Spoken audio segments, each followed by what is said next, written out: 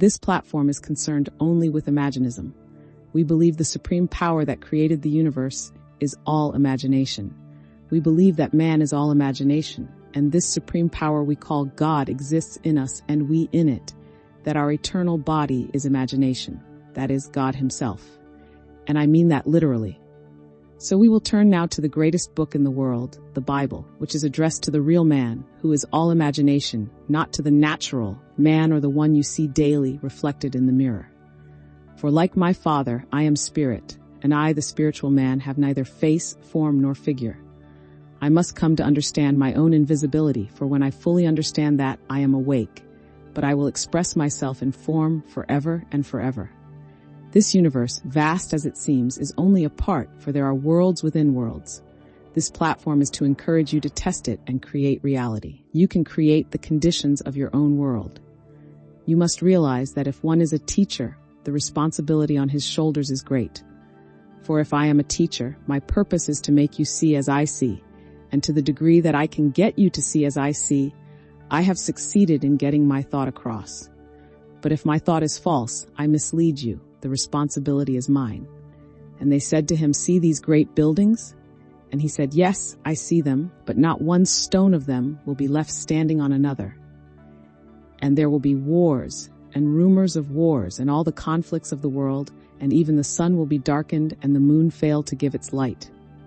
These things must be, but now take a lesson from the fig tree. For when you see the leaf appear, you know that summer is near. When these things happen, he is at the gate, etc. This is all addressed to you, the real you, not to the man of sense. It is addressed to the imagination. What structures will be cast down? These on Wilshire Boulevard. Time will erase them. Economy will dictate their fall. As land grows in value, these buildings will come down to make room for taller ones. It has nothing to do with the visible world, but all to do with the structure of the mind. Some structures of the mind stand for centuries, but they will finally come down, not collectively, but one by one in the mind of the individual. No matter how close we are as a family, we never awaken together. It is said, the enemies of a man are those of his own household, not his physical household. The conflicts within me are my real family. The whole thing begins within the individual, and the structures by which I live are the sun and moon that guide me. We all live by structures built by other men. No being goes through a university who does not build such structures in his mind in order to get his degree. He passes his examinations on a memory test based on a structure built within himself from the ideas of men who have preceded him. Not one of these from Plato down, but has some truth, but not one is completely true. Destroy these buildings and I will rebuild them. Destroy this temple and in 3 days I will rebuild it. Only that picture is true that is built from a vision, for then man does not build it out of theory. All the different teachings of the world are Babel. It means confusion. These are the structures in the mind that must tumble. These must come down in the mind of the individual, and then he will begin to awaken. The other day, my friend Bob Keeler showed me a wonderful letter. A month or so ago, he wrote a letter to Douglas Fawcett, whose concepts I have discussed here. He is now 93 years old and is a great philosopher. His name is mentioned on all suggested lists of required reading, though he is not always taken seriously. He was a former Don of Oxford. In answer to Bob's letter, this is the gist of what he said. He told Bob he was very interested, and then he said, I have been fighting for Imaginism since 1916, and all my experiments prior to 1916 I have abandoned as valueless, but since 1916, I have been fighting for Imaginism. Douglas Fawcett came to Imaginism by the way of completely exhausting all the other ideas, including the Germanic ideas, of truth. He eliminated them one by actual experiment.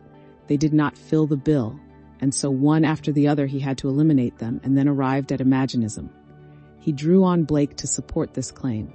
Then he came to the discussion of what Bob had written him about. Bob had sent him 2 of my books, Your Faith is Your Fortune and Awaken Imagination, and explained my teaching of revision. He said that people had changed their whole lives, sometimes revising an incident that had taken place in childhood. You can go back as far as you are able to remember, and you change that image that has been supporting a physical state by memory. What Fawcett wrote to Bob about this was very flattering. He said, "I should consider the revisionary aspect of Imaginism as that given by the Divine Society, and I suggest that you read the last chapter of my Oberland Dialogues." He suggests that the Divine Society is way beyond this terrain world, and it consists of men who have become gods. And he feels such a wider outlook and such a revolutionary aspect of life must have come through that Divine Society. I know it, and I know there are those who form that great body of awakened individuals. They are individualized centers of imagining, and one day all will enter that state, for there is no limit to the expansion of man. From that Divine Society come the ideas that show man what he is capable of doing on this sphere. You revise an incident of the day and relive it as you wanted it, and you persuade yourself that what you wanted took place. You do it over and over until it becomes real, vividly real, and fills your mind in place of the unlovely happening. And revision results in repeal. So the thing you have been keeping alive will now change according to the revised image. You will then discover that imagination creates reality. But from now on, we will weave in our visions so as to give offense to no one, nor will any be led to believe that this is an arrogant platform. A lady told me this story. She was reading one of my books when a friend came by and seeing the book said, "I do not care for him or go to him. I go to Dr. X. Dr. X says the same thing, that God is man. But when Neville says it, he sounds as if he meant it. But when Dr. X says it, we know he does not mean it. He spoke as one having authority, not as the scribes and the Pharisees. A scribe is one who says the words of others. The one speaking with authority has realized his own invisibility, so that when he says God and man are one, he knows it. And do not tell him to turn the stones into bread, for he will say, 'Get thee behind me.' He is teaching and telling you who you are, for he has found out who he is, and there is only one, you and me and I and you. Everything in your world you can create, for you are creating anyway, though not always wisely. Some are frightened when you boldly assert that God is man, but you cannot restrain the feeling of authority, for I know God is man. I know the symbol that out of his own brain he will bring forth the child, and a wise man will put it in his hands and he will hold it. It seems mad, but I sired it. Who is the Son? God. Who is God? I held him, but you are limited to this little garment of flesh for educative reasons. How could you reach people who are climbing through infinite levels of awareness unless you could reach them as one of themselves? So, one returns. He can gain nothing from the return. Everything man has entered, he has entered, but he returns, and, as his father did, takes on the limitations of the flesh, returning through the womb of a woman. It is all imagery, or the outpicturing of the individual and what he is doing in this world. If I speak with authority, I cannot help it, for I know from my own mystical experiences that man is all imagination. When I walk through this world, I bring images through my 5 senses. If I do not rise above it but live in it as if it were true, then I am anchored in the senses. The real you is all imagination, but between you and the natural man stands the specter of reason. And one must cast him into the lake and bring before your mind's eye what you would see and touch and hear if what you desired were a reality. And if you walk in that image, you will bring about a transformation in your world. We have these great giants like Plato, etc., and every child builds into his mind the structures of such great minds who give only partial truth. But as we are told in Mark 13, all these great buildings will go down. None will survive, only the visions. The temple not built with hands, it will survive. Everyone here can be the woman or the man he wants to be, for God has never left you. God actually entered this body when you jumped in your mother's womb.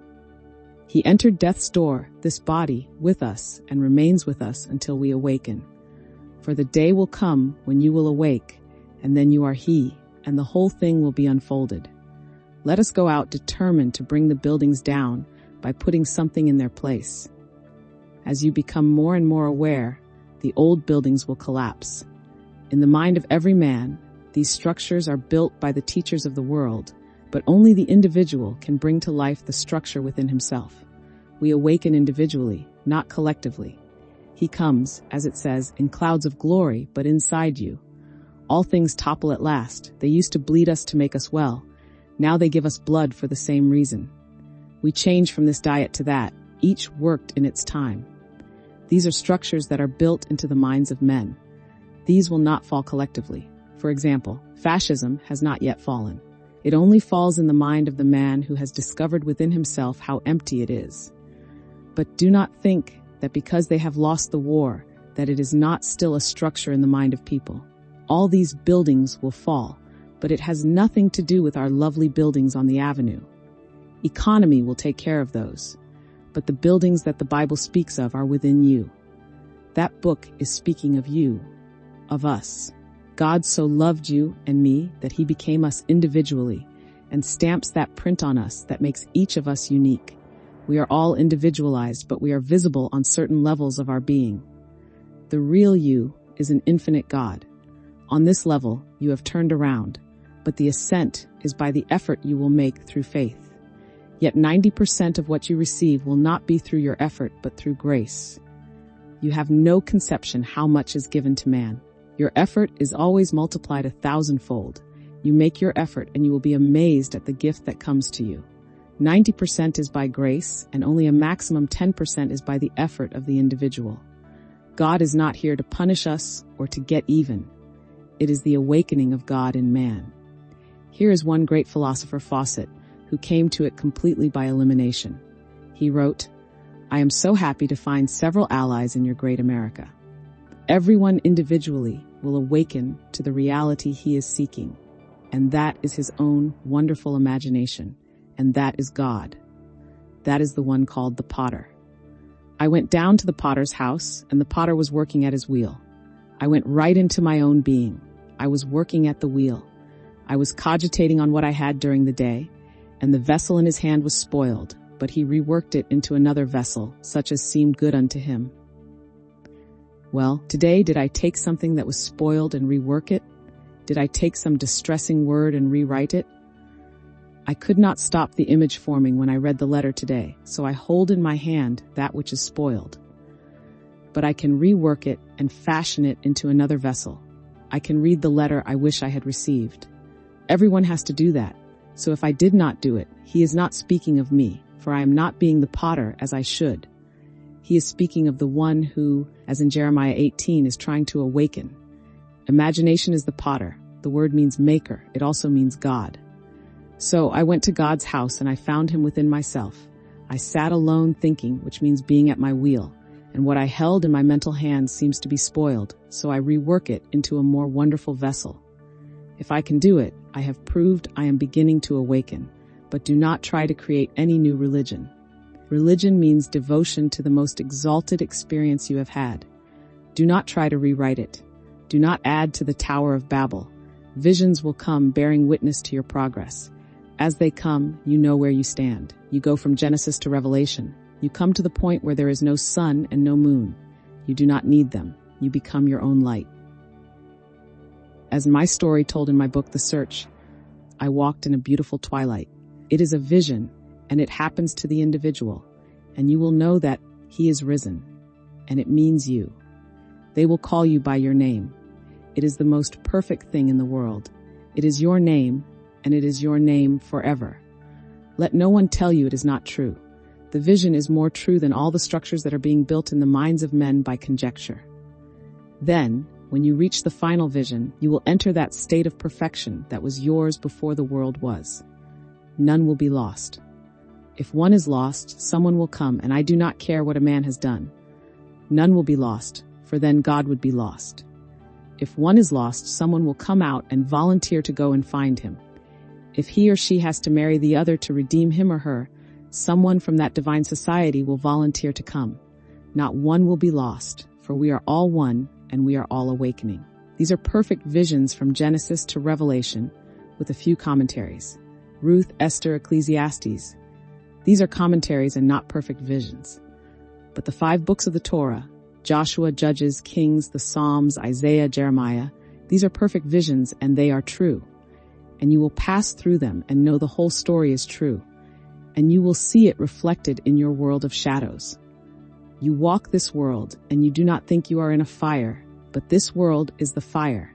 And when you come out, you are like a burnt offering in the hand of God. This world is the flame of experience. We are looking at different views, and I am here to encourage you to live nobly and be faithful to your dream, that it may crystallize. These things are only to prove that you can create. Do not become lost in the thing you create. Go back and create some more. My whole purpose is to tell you how wonderful you are. And if after the first night of this series you thought I was a dangerous man because I meant what I said, that God and man are one, well, it is what I have been sent to tell you. And may I also tell you that everyone who is sent is called a devil, and God loves every one of them. Now let us go into the silence. Note John Cochrane's interpretation of the birth of the child. I am I, John, God, supreme imagining. I am not the shadow world I am clothed in. I am the observer of the shadow I am projecting on the screen of space in my endless journey from each state to a higher, more ideal one. I am invisible, but the babe is visible. I am imagination, and the babe is the state produced. When we understand our own invisibility, we can give birth to the babe, a visible state, and it will smile up at us. That is, it will express exactly our ideal of the state desired.